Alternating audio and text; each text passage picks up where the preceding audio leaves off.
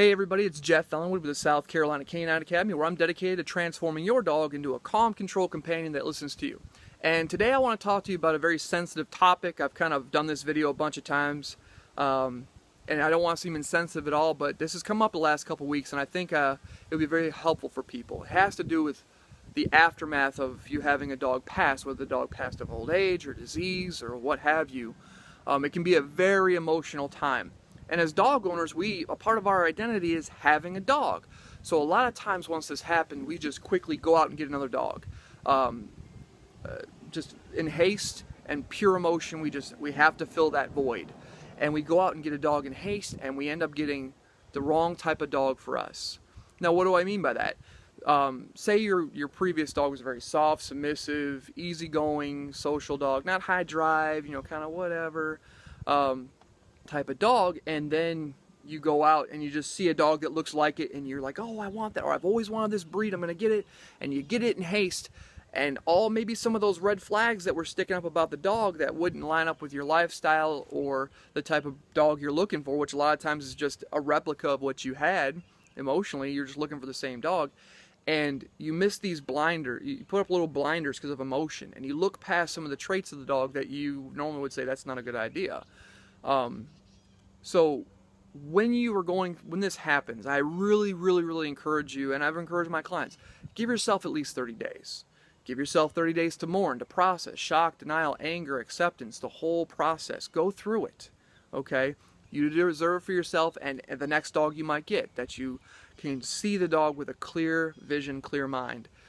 So you're making a decision with your brain and your heart, not just your heart. You don't want to make one side or the other. You want a nice balanced decision so you're getting the best dog for you and your family and your household and your lifestyle, okay?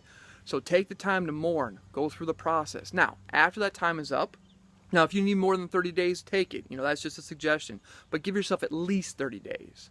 Then you could say, okay, do I still want a dog? Yeah. Okay, what's my lifestyle like? How much do I work? What are the kids doing? Are they doing like 15 different sports?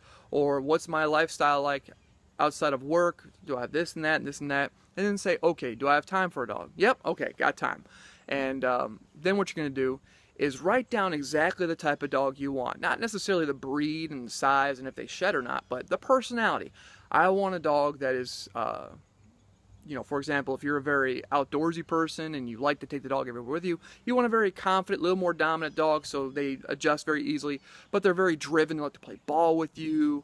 A lot of exercise, people go hiking, that sort of thing. If that's your type of personality dog that you like, then you can say, okay, this is what I'm looking for. So this way, when you decide to go out and look for it, you can. Or you say, I want a more calm, submissive type of dog, blah, blah, blah, blah, blah. You can write all that out and decide, okay, when I go and look for dogs, I know what I'm looking for because I made a list of personality traits and characteristics and size. And blah.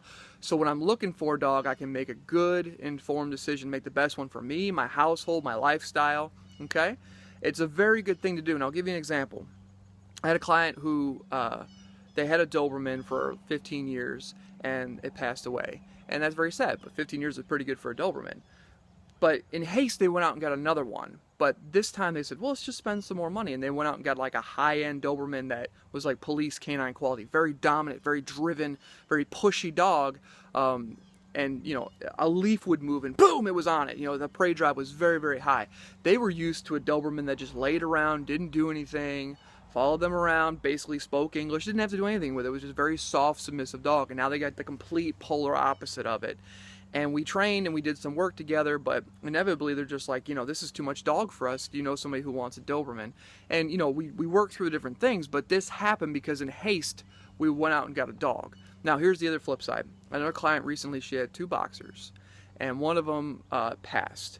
The other boxer heavily kind of relied on that boxer for like a stability. And so she was asking me, hey, should I go get another dog to help this one kind of cope, because she's really sad, she's mourning too, I feel really bad. And the first thing I had to ask her was, do you want a second dog? Because you have to be honest, because if you want to get another dog to help your other dog, it may or may not work. You might get the wrong dog. Again, out of emotion, we look past those red flags and we get a dog that's too much dog or doesn't mix well with the one we have. So I said, give yourself time to mourn, and do you have time for a second dog? And currently at this time of her life, she's like, I never even thought of that. You know, I'm super busy. We're moving to a different part of the area.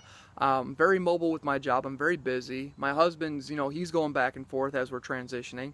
Yeah, we really don't have time to like train and raise a second dog. And so that was something she hadn't thought of, but she was thinking, I want my dog to kind of get over this and recover. And that's completely understandable.